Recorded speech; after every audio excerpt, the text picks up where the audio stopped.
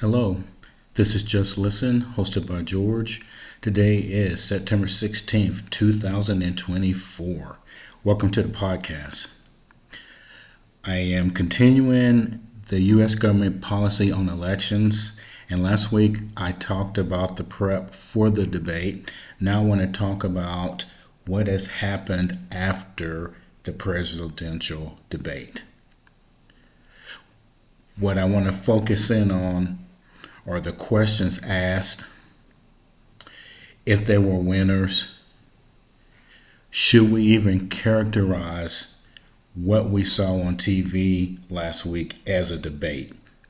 So I'm going to mix it up a little bit. So let's start with, should we categorize what we saw with the presidential debate as actually being a debate? As all of you are aware of, probably junior high, high school, maybe some of us in college, we did debates. Can they seriously say that that was a debate? Now, you have all the streaming media people talking about different things. Here's what I saw. Debates in general are set up differently, and there's neutral questions on whatever the subject is.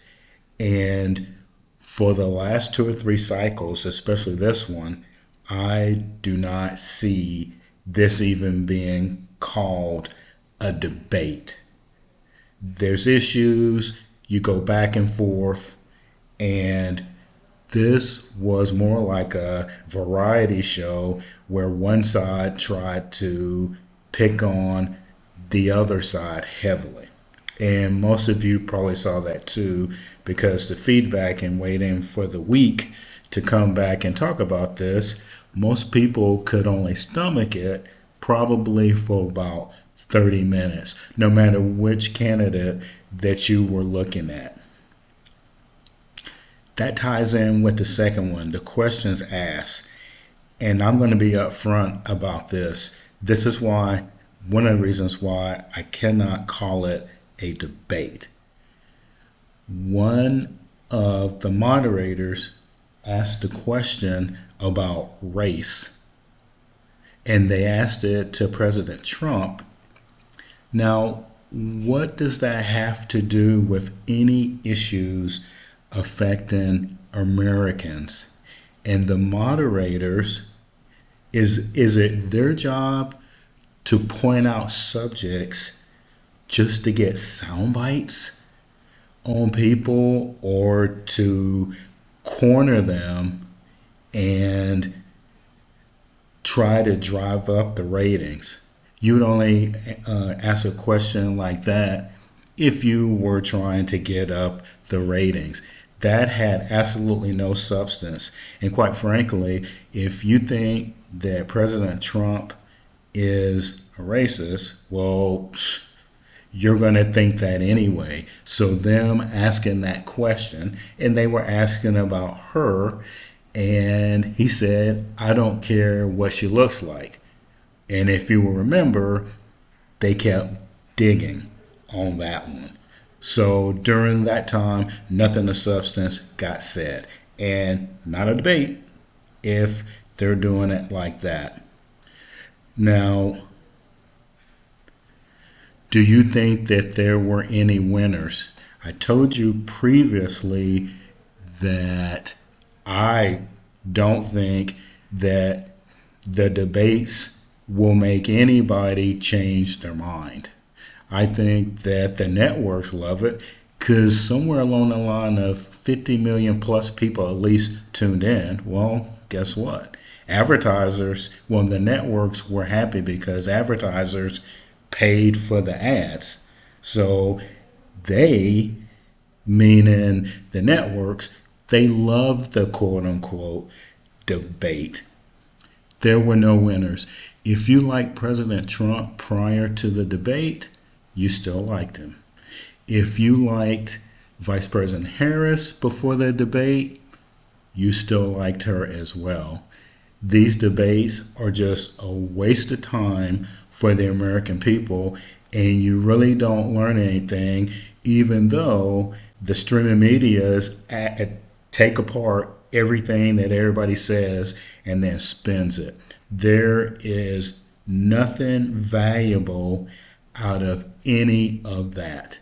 And I would almost tell you that they need to revamp it and come up with something so that people can know what these candidates' policies are.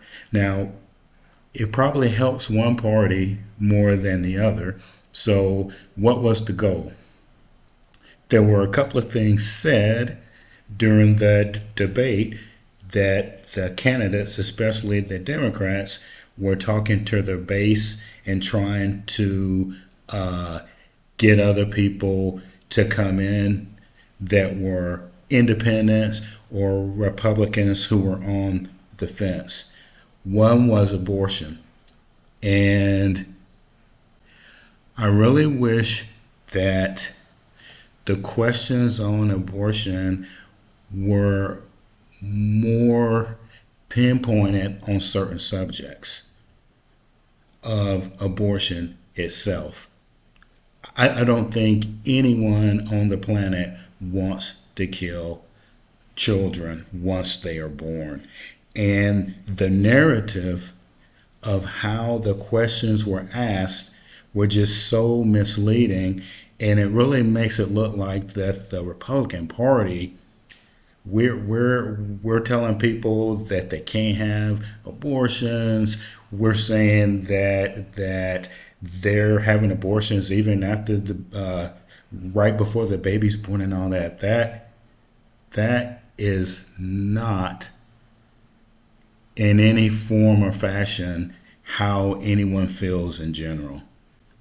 And the debate narrative, so now I've used the word debate again, which is laughable. Debate narrative is the questions were said to spin it a certain way when they first spoke it in the first place. Did you notice something? When Vice President Harris came out, she walked over and she shook Donald Trump's hand. And the networks mentioned it for a second, but I think that was very, very important from the perspective that I got the feeling that she was trying to get into the president's head a little bit, because he seemed to be genuinely surprised that she would even shake his hand in the first place. Just my opinion. And then the next day, the 9/11 memorial, she did the same thing all over again. And I think that she threw the President Trump off when she did that. And she did that for a reason. You can guess why. I will let you speculate on that part.